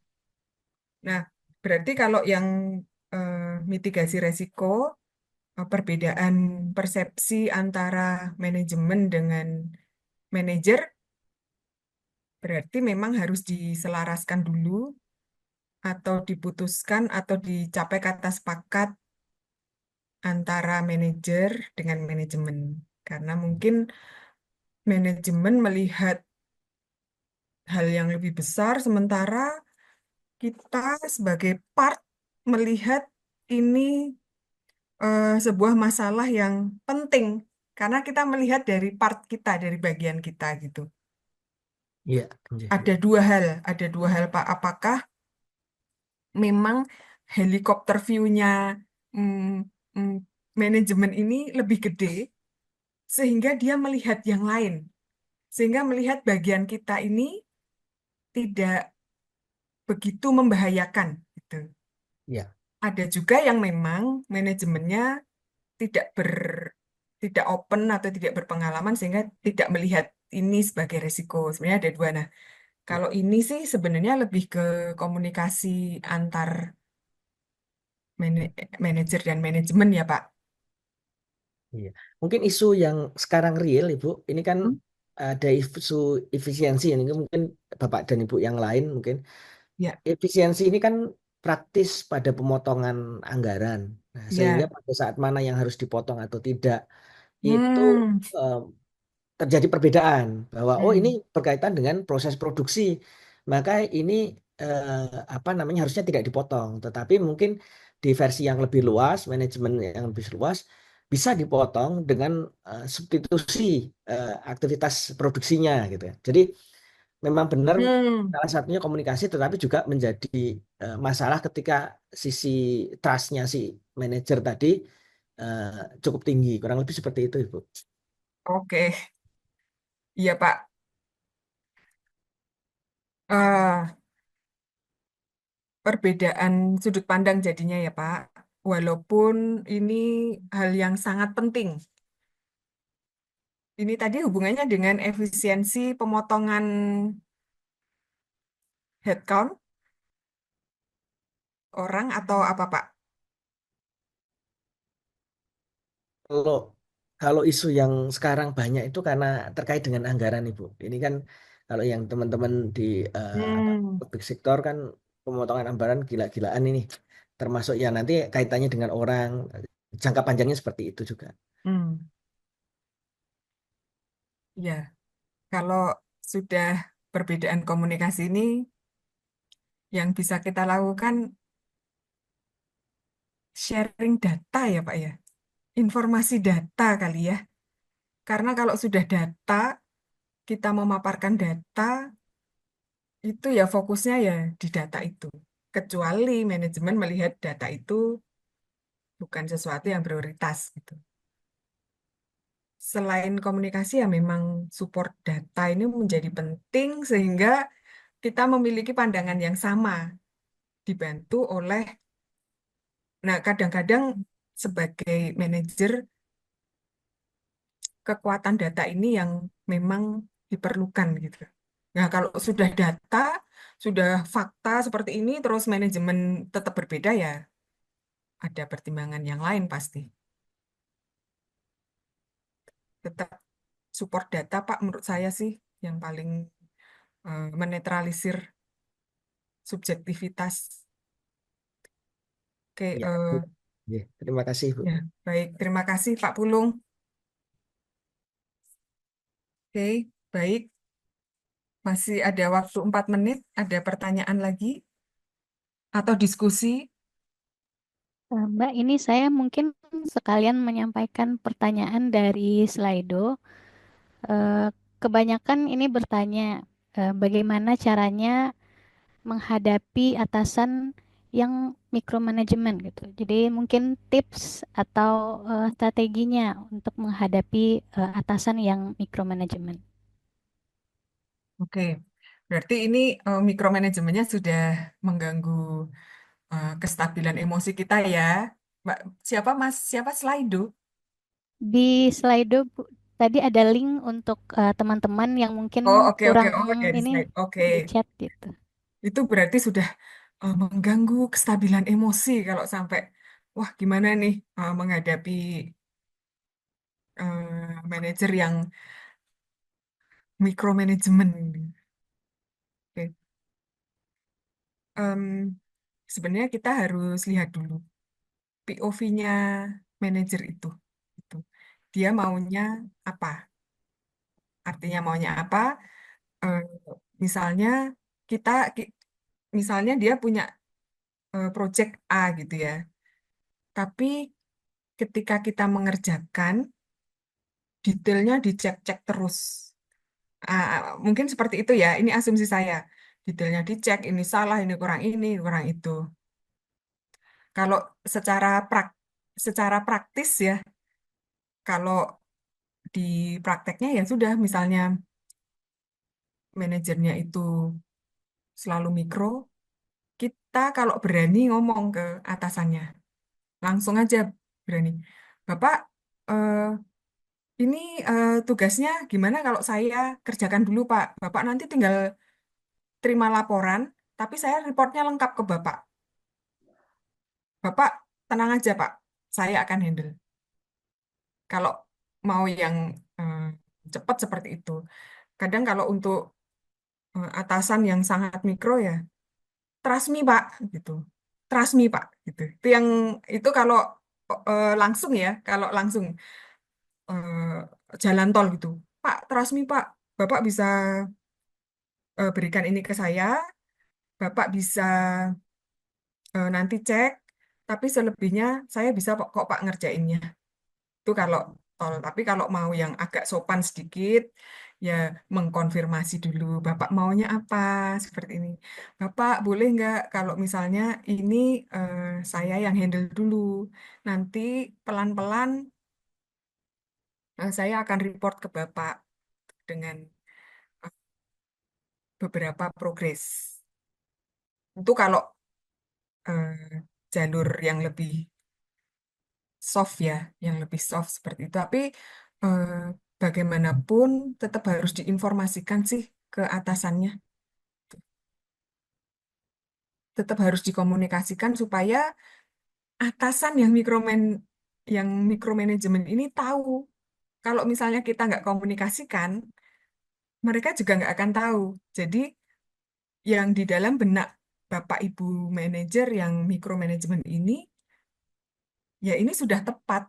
Ini eh, pekerja, apa gaya manajemen yang tepat untuk mencapai tujuan itu ya dengan mikromanajemen.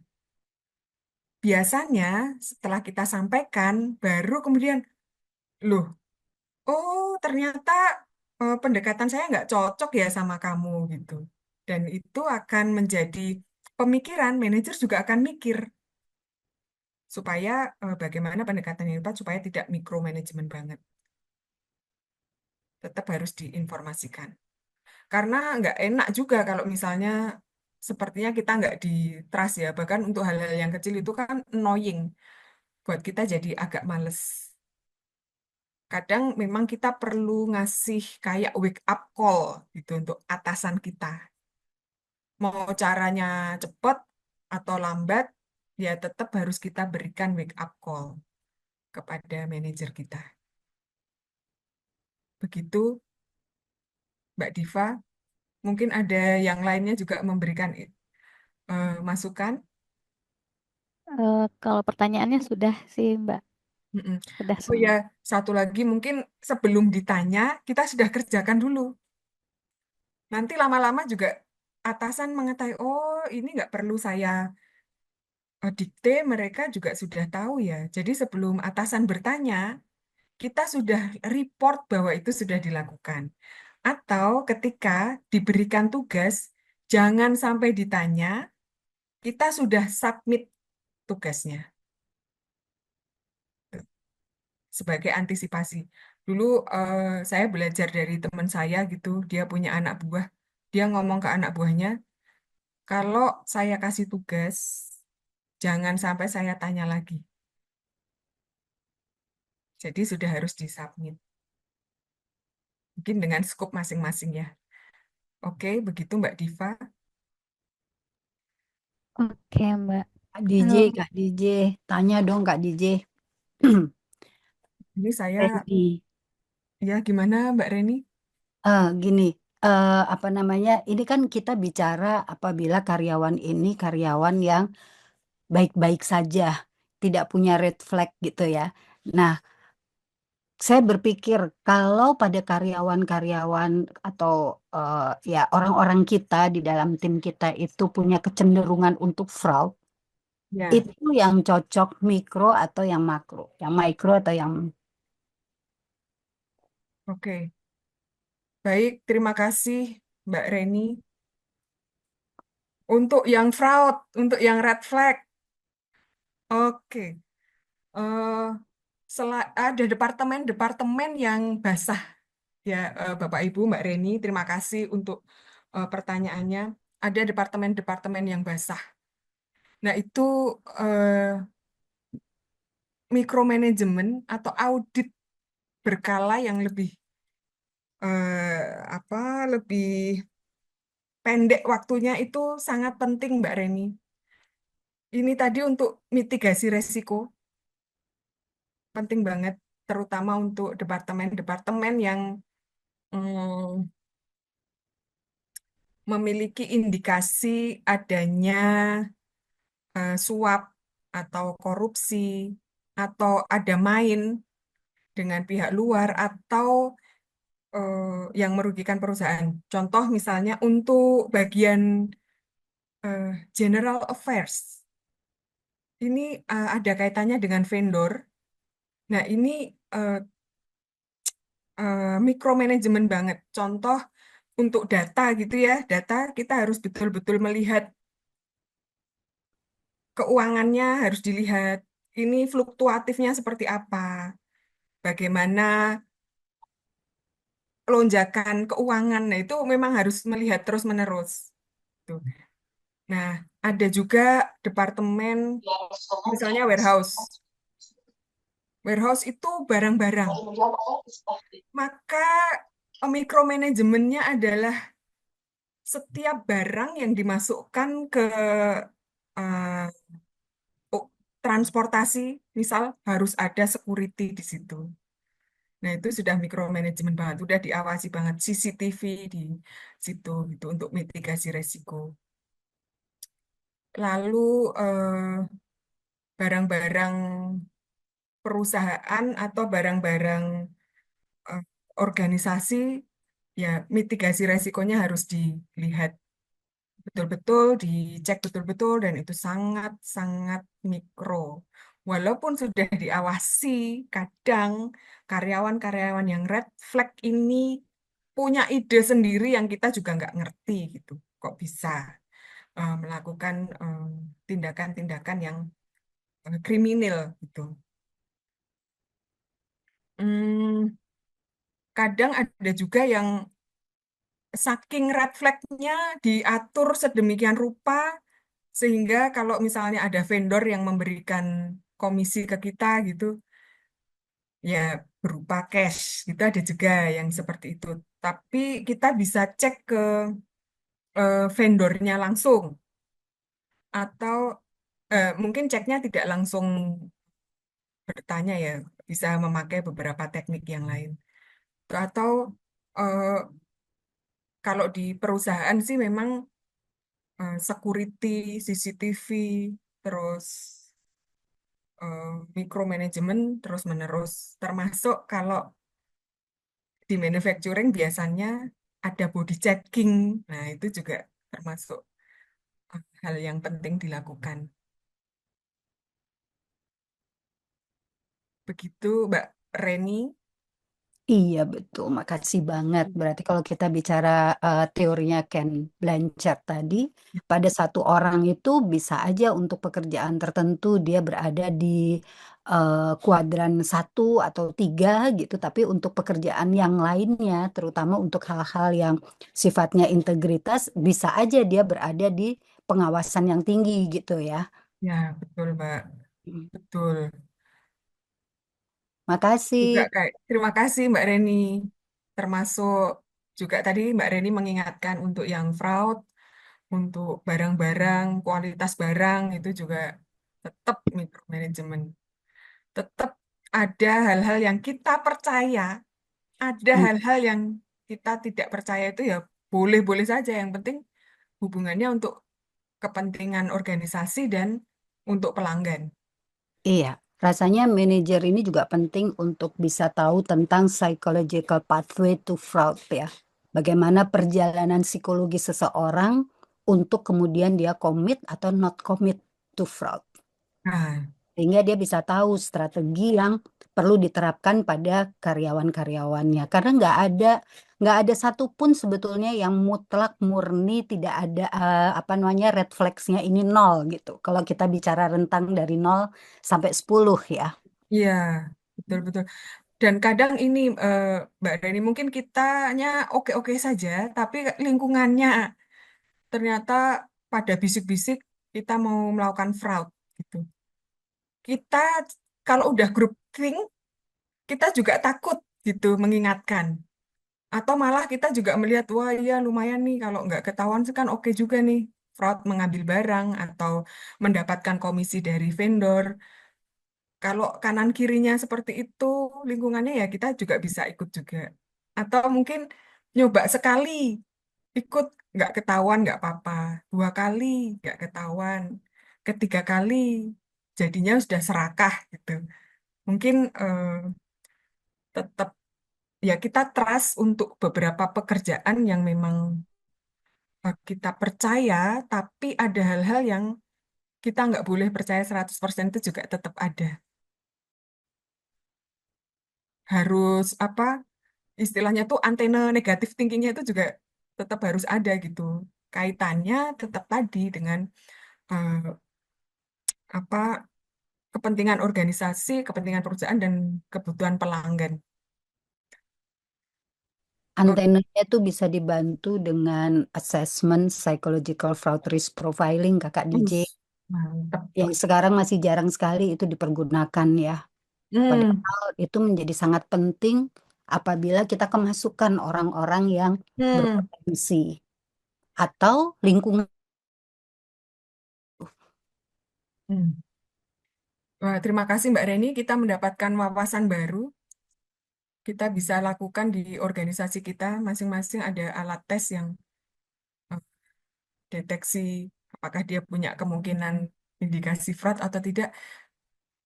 Ini Mbak Reni sudah bekerja dengan banyak sekali instansi dan bantu kepolisian ya Mbak Reni ya untuk hal-hal bersifat fraud, kriminal. Bawang. Wah, Oke, eh, baik, terima kasih Mbak Diva. Eh, ini di sini ada micromanaging hints, nanti Bapak Ibu bisa baca kalau ini akan di-share oleh